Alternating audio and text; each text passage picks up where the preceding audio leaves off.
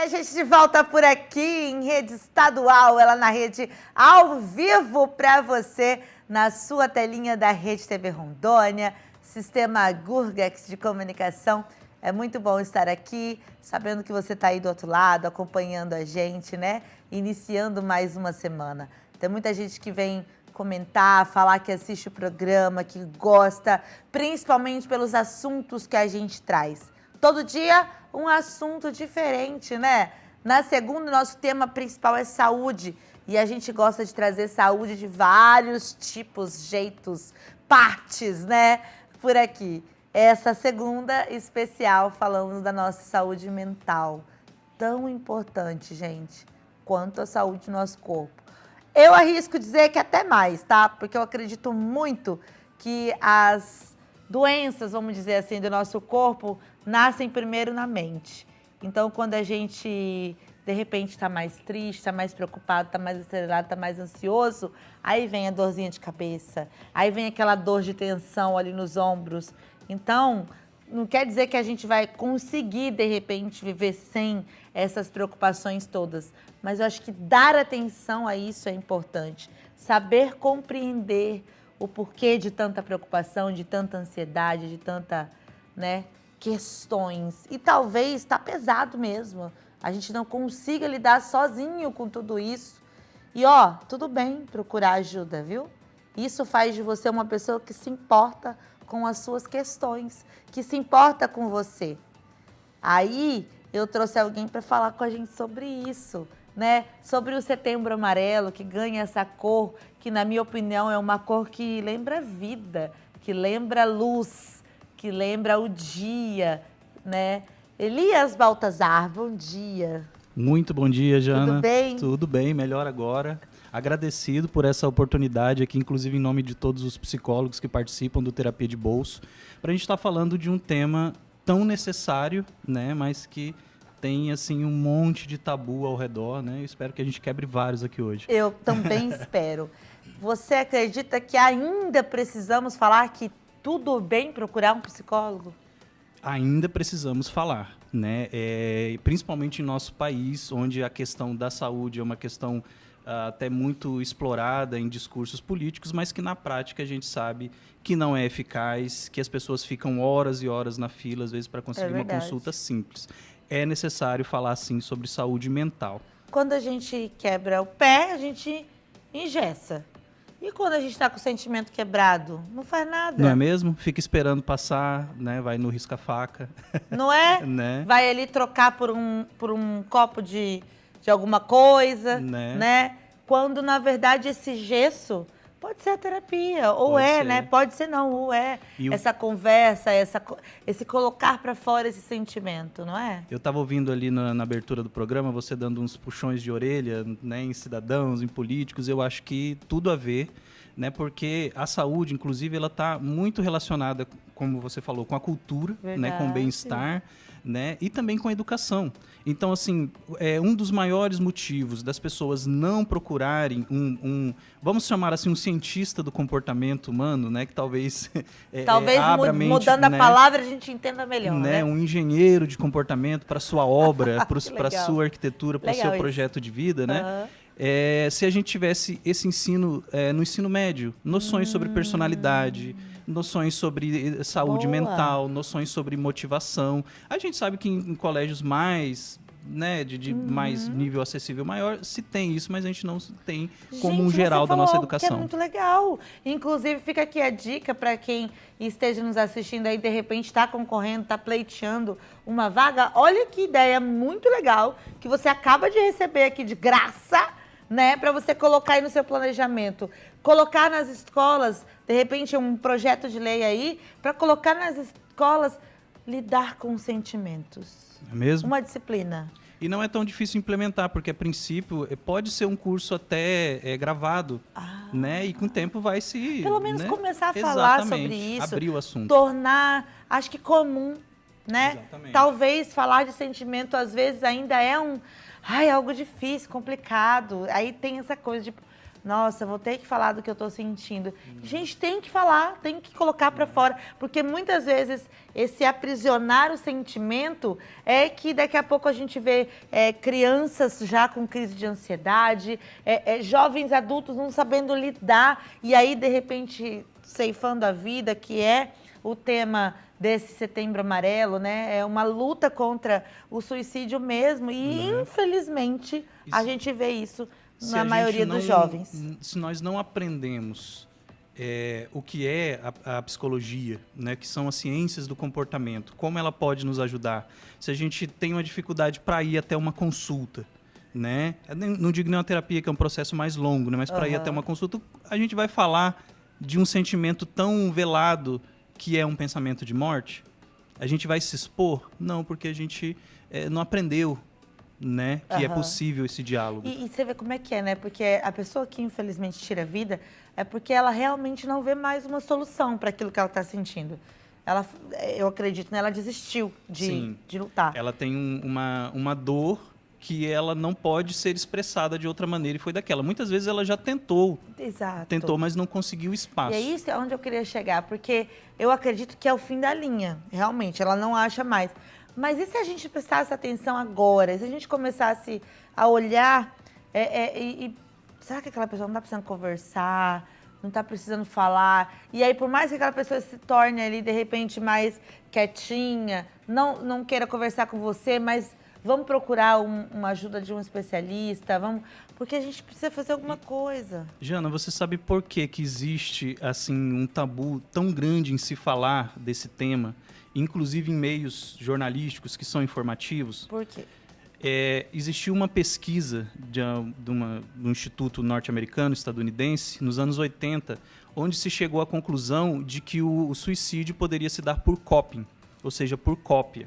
Então, se espalhou uma ideia, ela não é totalmente errada, mas é preciso modelar um pouco. Se você começar a falar disso, você gera uma epidemia. Entende? Então, as pessoas foram orientadas, e principalmente profissionais, através de uma pesquisa, que é uma pesquisa séria. Ela não é exatamente uma pesquisa errada, mas é preciso rever, né? Então, eu acho que as formas de falar.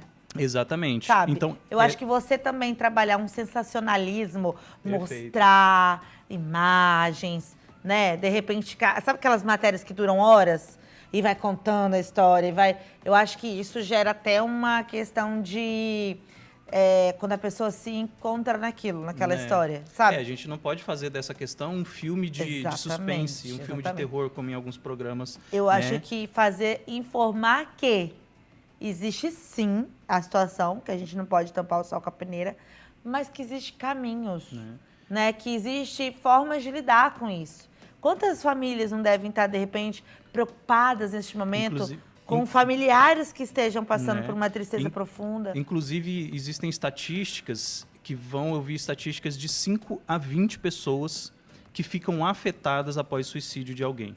Então, a princípio, 20 pessoas ficam afetadas psicologicamente e emocionalmente, e 5 pessoas o resto da vida. Né? Então, a gente realmente parar para pensar assim, que essas estatísticas elas são sérias. Segundo a OMS, 1 de cada 100 mortes no mundo é por suicídio. É 1%, gente, é muita coisa. 700 mil pessoas se suicidam por ano no mundo. É uma morte a cada 40 segundos. Aqui no Brasil, 38 pessoas por dia, 14 mil pessoas por ano. Enquanto a gente está falando 38 por dia? Por dia. Enquanto a gente está falando aqui... Tem alguém fazendo isso. Tem alguém fazendo isso. Então, é importante, né? A gente está debatendo e, assim, a gente acaba... essas estatísticas são importantes, a gente acaba ignorando elas porque a gente não quer falar do assunto. Né? Agora, sim, Elias, a gente vem, sim, de uma sociedade que vela os sentimentos, que por muito tempo não quis falar sobre esse assunto.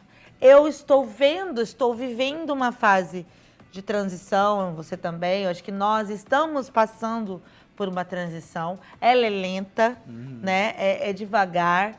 Mas eu acredito que a gente começou a abrir mais, a falar mais. Sabe por quê? Porque eu acho que quanto mais a gente tem ouvido falar disso, é porque tem mais gente falando. Exatamente. Então, assim, há pouco tempo atrás, nem se falava depressão, não, imagina, na minha família, não tem isso, entendeu? Porque é uma coisa que ninguém assume.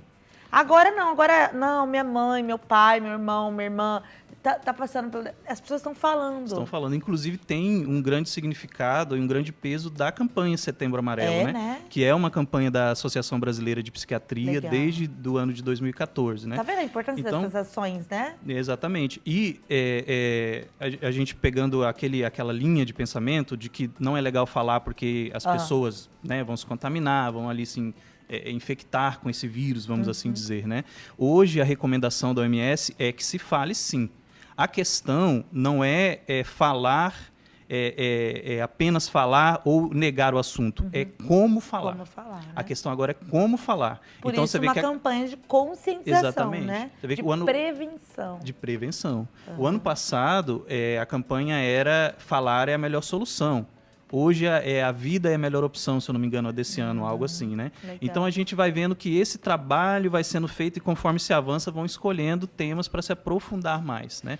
É muito interessante essas questões de campanha. Eu sempre dou o exemplo do Outubro Rosa, né? Então a gente hoje já é comum, chega outubro, várias partes da sociedade, inclusive, se engajam nessa matéria, né? Às vezes não tem nada a ver com saúde, é um setor da sociedade ali que não trabalha a saúde, mas está lá com algo rosa, lembrando disso. E o Setembro Amarelo vem ganhando essa força. Eu acho isso muito importante, porque isso traz as discussões. Por que amarelo? Por que estamos falando sobre isso? Prevenção ao suicídio. Aí você começa, mas tem gente que se suicida? Aí você ouve uma informação dessa. Sim, 38 pessoas por dia. É muita coisa, é muita gente. E aí, esse número é necessário assustar mesmo, para você falar assim, eita, será que tem alguém perto de mim? Que se não sou eu, que estou com essa tristeza profunda, com esse pesar, com esse pensamento, será que tem alguém perto de mim? Será que eu posso fazer alguma coisa? De repente, um estalo que você der para essa pessoa, um ouvido, um colo, um encaminhamento, apresentar um psicólogo, falar de um site que existe, que atende online. Uma fala vai mudar aquele destino. Exatamente, o acolhimento. Inclusive, também no site do Setembro Amarelo, a SBP coloca que uma porcentagem de 50 a 60 pessoas que cometeram suicídio nunca tiveram acesso a um psiquiatra ou a um psicólogo, a um profissional da saúde, né? Então, muitas vezes, em uma conversa, você consegue acolher e você consegue ajudar a pessoa a se encaminhar. Né? Aí a gente pensar a acessibilidade também nesse sentido. É acessível, né, para todos, todos estão falando desse tema, todos estão sabendo o que fazer. Né? A campanha é muito importante nesse sentido. E aí eu já até te faço essa pergunta, assim, de repente alguém que está assistindo a gente agora pensou sobre isso. Ixi, eu tenho um colega. Eu tenho uma amiga, uma parente, que eu já percebi que está muito triste, que essa tristeza já está assim profunda demais, a pessoa já está ficando sozinha. O que essa pessoa pode fazer? Porque às vezes a gente não quer se intrometer, não quer ser invasivo, ou a própria pessoa não abre espaço. Como que é um caminho para essa abordagem? Buscar nessa pessoa onde ela dá a entrada. Em algum momento ela vai dar essa entrada. Ela pode estar fechada na maioria do tempo, né? Por algum motivo, mas em algum momento ela vai dar essa entrada. E é importante que nesse momento você tenha a noção de que você não está indo bater papo com ela. Tá. Você não está indo por uma conversa banal, superficial, de jogar a conversa fora, né? Você está indo para acolher. Okay. Né? Você não precisa ser um profissional da saúde para isso. Julgar também, né? Muito menos. Eu acho que isso é um dos pontos mais importantes, que começa lá na questão daquela frase que virou uma campanha: depressão não é frescura. Legal. Né? A questão da ansiedade também. Você usou uma palavra que infelizmente é muito utilizada, a frescura. Para com isso, larga de frescura. Gente, isso para uma pessoa que está ali em sofrimento é horrível. É como se fosse apanhar, assim, né? sabe? Aumenta a dor, exatamente. Porque às vezes a pessoa nem sabe lidar com aquilo, não sabe explicar, né? Você sabe explicar por que você está sofrendo? Às vezes não existe palavra para isso, você está sofrendo e ponto, né? Então é acolher, olha, eu tô aqui. E muitas vezes a pessoa, quando ela fala, quer, vamos colocar, jogar na cara da pessoa, às vezes acaba sem querer naquele momento, falando, tem tanta gente sofrendo, sofre mais que você e tudo mais, né? Isso é uma verdade, e isso inclusive pode ser uma ferramenta terapêutica para a pessoa ver que ela não está sozinha no sofrimento. Mas jogar na cara não vai resolver, vai piorar. Então, A esse punição tom é ela importante, é cuidar importante, disso, né? Então você pode dizer, olha, realmente eu vejo que é algo que ocorre, eu entendo, ocorre com outras pessoas também, mas é o seu caso único. Tá aqui, dá colo, dê colo. Se você Entendi. puder, dê colo. Sabe, Né? abrace Atenção, e ouça, abraço. atenção, né? E mostra pra pessoa que não é uma frescura, que ela pode, tem o direito de Falar passar por sobre aquilo, isso. né? Que ela pode falar sobre isso, né? Isso E é o muito pensamento importante. de morte em si, aquele pensamento assim, em algum momento todos podem ter, Tá. né? Então a gente pode também entender isso, né? Mas saber que o da pessoa está à flor da Sabe pele. que você tocou num assunto que eu acho que é interessante? Acho que a nossa cultura não consegue falar de morte, né? A gente tem uma questão com isso. A gente tem uma questão. Que é... Eu não tô falando do suicídio. O suicídio até é mais grave, assim. Porque só de eu falar sobre isso eu já fico Já é ruim. nervosa. Me dá um nervoso. Mas a morte em si, quando alguém fala assim, um dia eu vou morrer, vai cala a boca. Né? Não fala disso agora, Né? não. Então a gente tem dificuldade de lidar com E a isso. gente lida com isso todo dia, porque, afinal de contas, por que as pessoas rezam, por exemplo? Não é para alcançar a vida eterna, né? Se pensa, então a gente lida com isso, mas às vezes até numa questão espiritual, religiosa, que era para ser mais profundo, a gente fala aquilo da boca para fora. A gente realmente não analisa o que é esse pedido que a gente está fazendo de vida exato. eterna e de tudo, que a gente poderia lidar com isso Verdade. melhor, né? E aí, agora eu te pergunto sobre a questão profissional. Você é psicólogo, é fundador de um site que eu acredito muito, inclusive sempre falo isso para você, acho isso muito interessante, muito legal, porque torna a psicologia acessível, Exatamente. a terapia acessível. Por quê? Porque sai daquela coisa do eu tenho que ir em algum lugar, e se alguém me vê entrando ali? Às vezes a pessoa tem isso. Tem. Tipo, eu não vou lá naquela clínica psicológica, se alguém me vê. Depois que a E pessoa às começa a vezes fazer a pessoa- terapia, eu acho que ela perde um pouco disso. E às vezes a pessoa tem algum motivo para ter uma descrição. É a profissão, né, um cargo, alguma coisa. Eu acho que esse é um direito de privacidade Ok, que as né? pessoas podem ter, né? Mas elas não precisam evitar isso pela privacidade. Existem maneiras, existem inclusive várias clínicas que tem uma entrada e uma saída por trás, Legal. que você encontra menos as pessoas. Isso é pensado, né? E aí o online ele facilita muito E mais o Terapia isso, de né? Bolso, que é o site que você desenvolveu, é legal porque ele foi à frente de seu tempo, né? Porque Foi. ele trouxe algo que na pandemia se tornou normal, mas que antes você já fazia, né? Que é o atendimento online. Exatamente. Inclusive, eu comecei a pensar o Terapia de Bolso no final de 2013, a gente foi para o ar no final de 2015, justamente pensando acessibilidade e mobilidade. Naquela época, a gente estava aqui com a construção das usinas e tudo mais, né? E estava muito em voga aqui a psicologia do RH. E eu acabei indo para Curitiba e fiquei lá algum tempo, 2 anos, fui 2 vezes na verdade, e fui percebendo como é difícil essa acessibilidade. Principalmente, assim, na verdade eu pensei primeiro nas capitais, porque eu estava lá, mas até para as pessoas do interior. Como é difícil uma pessoa, por exemplo, do interior, que precisa consultar um especialista, ela precisa pegar um ônibus e vir para a capital. Às vezes aqui na capital também não tem. E Aí ela algo precisa que- pegar um avião e ir para Que fora. às vezes poderia se fazer online. Tipo assim, a questão daquele atendimento não tinha tanta necessidade de pegar, de toque. Então dava para fazer Sim, às vezes é um ferramenta. retorno, Aham. né? A primeira vez você pode ir presencialmente, as outras fazerem, Sim. né, online, né? Também uma questão importante, a gente pensa assim na saúde mental do trabalhador das grandes cidades. Gente, o que é acordar 4 da manhã, Nossa. sabe, tendo dormido 5 horas, né, você 6 vai horas no dormir máximo, tarde. e aí para você pegar um ônibus, um metrô e ficar 2 horas para ir, às vezes 1h30, 2 horas para ir, 1h30, 2 horas para voltar, isso quando você não perde. Fora tem que todo pegar aquele estresse do ônibus lotado, Né? das filas, né? Enfim. Então a gente vai vendo assim como a nossa logística social causa o adoecimento mental, né? A questão do transporte, de educação, de tudo mais. Então eu fui pensando o terapia nesse sentido, como que uma pessoa pode ter mais acesso, né? E justamente, inclusive, voltando para o Setembro Amarelo, é essa a ideia, que as pessoas têm acesso à informação sobre o tema e a como buscar ajuda. Interessante. Né? E aí quando você pensa em acessibilidade, como que se encontra um psicólogo? Aí você pensa de várias formas, às vezes você nem sabe Aí você vai dar um Google, vai pesquisar ainda como que eu encontro, quem é o recomendado. E aí você tem o Terapia, que começou como um site, mas hoje já está assim, bem avançado com um aplicativo, com um sistema de vídeo próprio, né, que você consegue lá ver o currículo do profissional, pesquisar por tema. Você consegue reservar, às vezes tem um profissional ali de plantão, tem um botão lá, plantão, você consegue reservar para o momento. Agora, quero conversar, né? E tem alguém lá esperando. Exatamente. Ai, que legal. Então... E aí eu vou pedir só para o diretor colocar para a gente aí o site, diretor. A gente já está aqui no final do nosso bate-papo. Eu quero muito mostrar o Terapia de Bolso.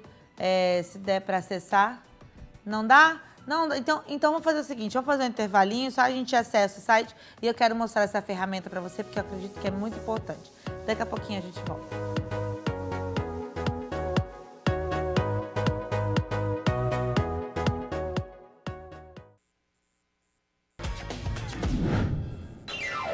A gente volta por aqui dando bom dia para você que assiste o programa Ela na Rede, nessa segunda-feira, 19 de setembro, falando sobre o Setembro Amarelo, um mês aí de prevenção ao suicídio. Precisamos falar essa palavra, por mais difícil que seja, e de valorização à vida.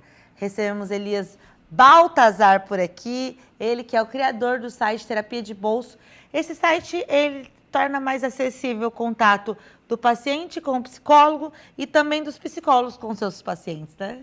Exatamente, essa é a ideia, ser uma ponte facilitadora, né, que torna mais acessível tanto para o psicólogo atender os seus pacientes, como para uma pessoa procurar um psicólogo. A gente tem, inclusive, o site aberto aqui. Gostaria que você explicasse um pouquinho para a gente como é que funciona a plataforma. É bem simples, inclusive aquele botãozinho ali de um i, de informação, você clica nele e ele faz um toolzinho te explicando. Legal. Então a gente já fez isso para ser um acolhimento a mais. Porque muitas vezes a fila de espera para a informação fica longa, a gente não consegue responder. A pessoa pode ir direto ao profissional, né, seguindo esses passos. Então, ali embaixo eu tenho um cadastre-se e agende. Primeiro, antes de agendar, eu tenho que me cadastrar, certo? Isso. Tem até um videozinho no como funciona, tem um vídeo bem legal ali. Aí você faz um cadastro rapidinho, só para a gente saber que o e-mail é seu, que vai conseguir se comunicar contigo, né? E aí, a partir daí, você vai lá no Busque um Psicólogo e vai ter lá em torno de 100 profissionais ao seu dispor, diversas especialidades, horários, e aí você pode escolher entre eles. Aí alguns deles já tem, aparecendo.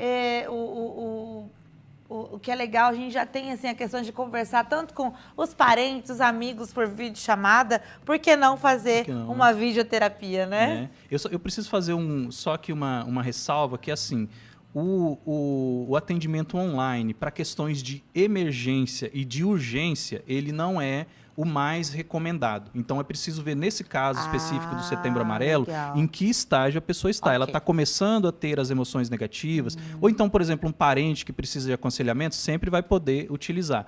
Agora, mas eu estou aqui em uma crise, não posso utilizar o site. Então, se não tiver outro caminho, utiliza, que o profissional vai te encaminhar, né, para um local presencial. Agora, o que eu achei legal, Elias, é que ali embaixo de cada psicólogo já tem a abordagem deles, assim, de repente, uma especialização. E se o diretor puder clicar, por exemplo, aí no Carlos, aí vai abrir o perfil dele, ou no Paulo também ali, pode ser a Priscila, enfim. Aí tem mais detalhes, tem um textinho dela se apresentando. O tempo o valor, da consulta, os horários. Inclusive, olha que a agenda, o dia que tem disponível, inclusive ali, atendimento presencial. Se o profissional cadastrou a sala dele presencial, você consegue ir lá com ele, reservar pelo site também. Tem um histórico. Né? O currículo, que é difícil às vezes você encontrar o currículo do profissional. Né? Então, aí você consegue já tudo resumido. Ótimo. E só para finalizar, então, falando da terapia de bolso ainda, você que é profissional da educação, professor, também aí da justiça, né, dos policiais. Tem um convênio, né, com os sindicatos. Isso. Inclusive, quero aproveitar agora para oferecer para a Asfapom também. Asfapom, que a gente nós já temos vai falar. um projeto social com os nossos profissionais, onde cada profissional se disponibiliza uma quantidade de atendimentos para fazer em valor social.